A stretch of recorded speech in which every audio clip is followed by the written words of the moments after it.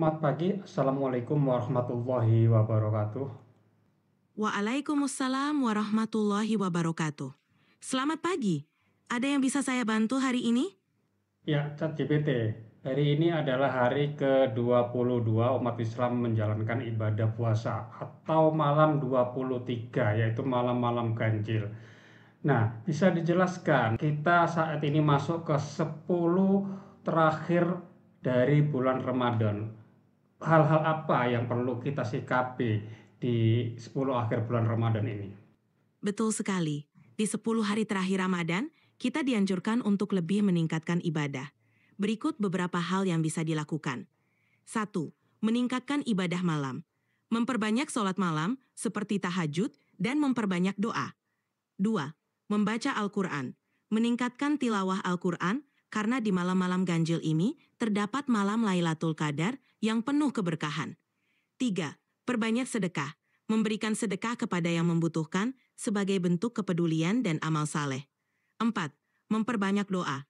Berdoa dengan sungguh-sungguh, memohon ampunan dan keberkahan di 10 malam terakhir ini. Berbicara tentang Lailatul Qadar, bisa dijelaskan lebih detail terkait dengan hal ini?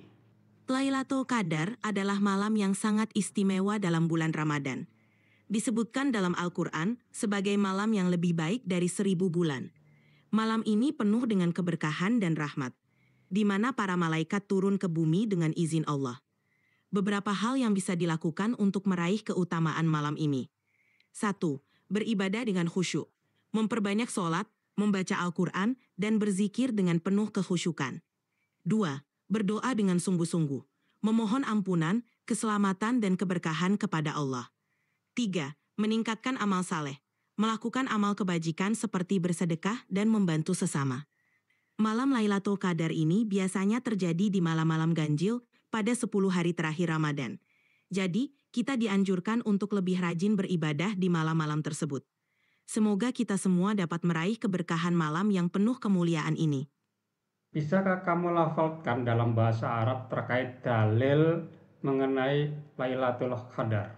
Tentu, dalam Al-Quran, malam Lailatul Qadar disebutkan dalam surah Al-Qadar. Berikut adalah ayatnya. Surah Al-Qadar. Inna anzalnahu zi lailatul qadar.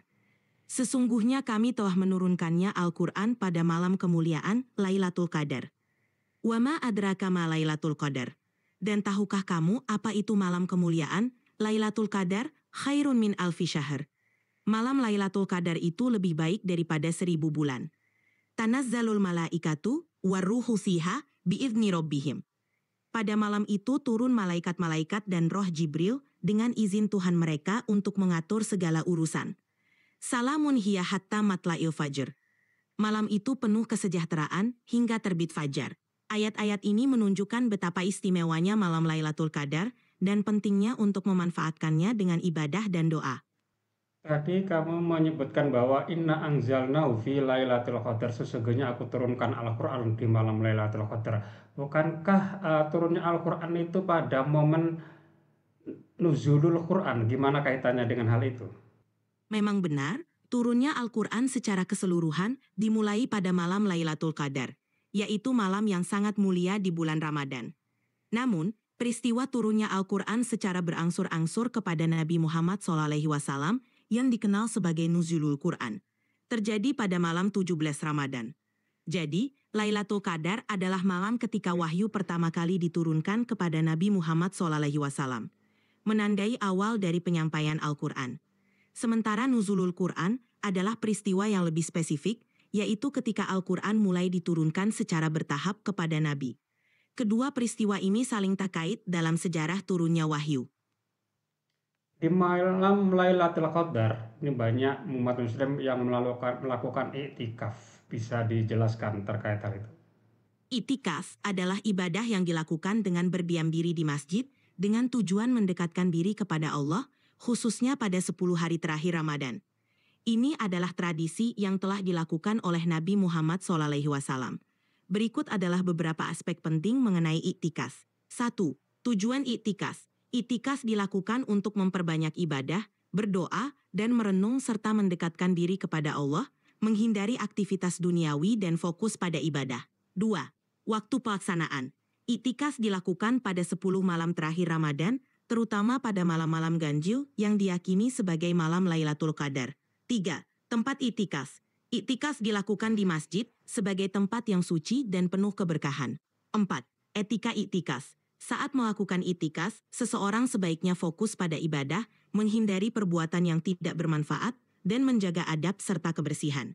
Iktikaf adalah momen yang sangat mulia untuk merenung, berdoa, dan meningkatkan kualitas spiritual, khususnya di malam-malam yang penuh keberkahan ini.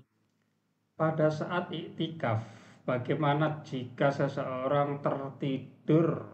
Jika seseorang tertidur saat melakukan iktikaf, itu adalah hal yang wajar dan tidak mengurangi pahala iktikafnya. Iktikaf adalah ibadah yang melibatkan berdiam diri di masjid dengan niat mendekatkan diri kepada Allah, dan tidur adalah kebutuhan alami. Namun, selama iktikaf, ada baiknya untuk tetap menjaga fokus pada ibadah dan aktivitas yang mendekatkan diri kepada Allah. Jika tertidur, seseorang dapat melanjutkan ibadah setelah bangun dan terus berusaha memanfaatkan waktu dengan sebaik-baiknya. Intinya, yang terpenting adalah niat dan usaha untuk mendekatkan diri kepada Allah selama menjalani iktikaf. Pada jam berapakah waktu-waktu yang afdol untuk melakukan ibadah pada saat iktikaf? Saat melakukan iktikaf, ada beberapa waktu yang sangat dianjurkan untuk memperbanyak ibadah. 1. Malam hari. Malam, terutama malam-malam ganjil di 10 hari terakhir Ramadan, adalah waktu yang penuh keberkahan. Disarankan untuk memperbanyak sholat malam, membaca Al-Quran, dan berdoa. 2. Waktu setelah sholat fardu. Setelah sholat wajib, terutama sholat subuh dan maghrib, adalah waktu yang baik untuk berzikir, membaca Al-Quran, dan berdoa. 3. Waktu antara sholat. Waktu-waktu di antara sholat, seperti antara sholat duhur dan asar, juga merupakan waktu yang baik untuk beribadah. 4.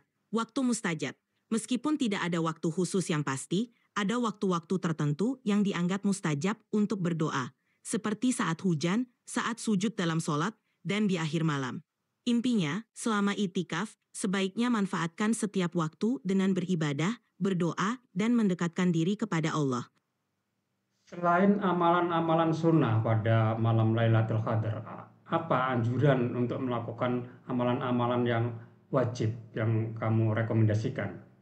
Pada malam Lailatul Qadar, ada beberapa amalan sunnah yang sangat dianjurkan untuk dilakukan. Di antaranya, 1. Sholat malam tahajud.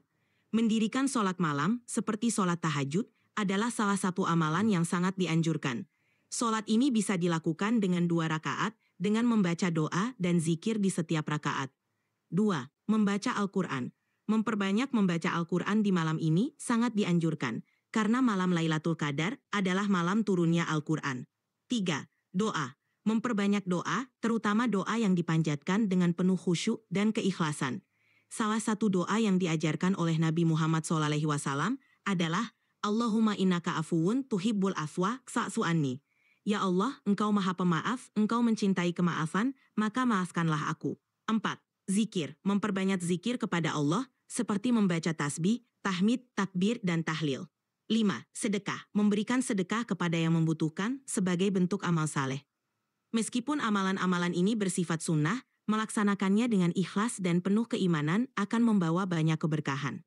Bagaimana dengan dakwah di malam Lailatul Qadar? Dakwah, atau menyampaikan ajaran Islam kepada orang lain, adalah amalan yang sangat dianjurkan dalam Islam, tetapi tidak dianggap sebagai kewajiban yang harus dilakukan oleh setiap individu.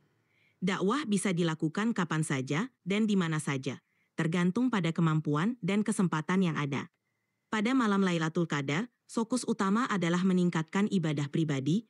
Ya baik ChatGPT, terima kasih atas diskusi kita pada hari ini. Semoga bermanfaat dan memberikan inspirasi bagi kita semua. Dan jangan lupa pemirsa tetap stay tune di channel Rumah Belajar Kaltim dalam acara Syiar Ramadan Ngaji bareng AI bersama SLCC, Smart Learning and Character Center PGRI Kalimantan Timur. Sampai jumpa pada topik berikutnya. Wassalamualaikum warahmatullahi wabarakatuh. Waalaikumsalam warahmatullahi wabarakatuh.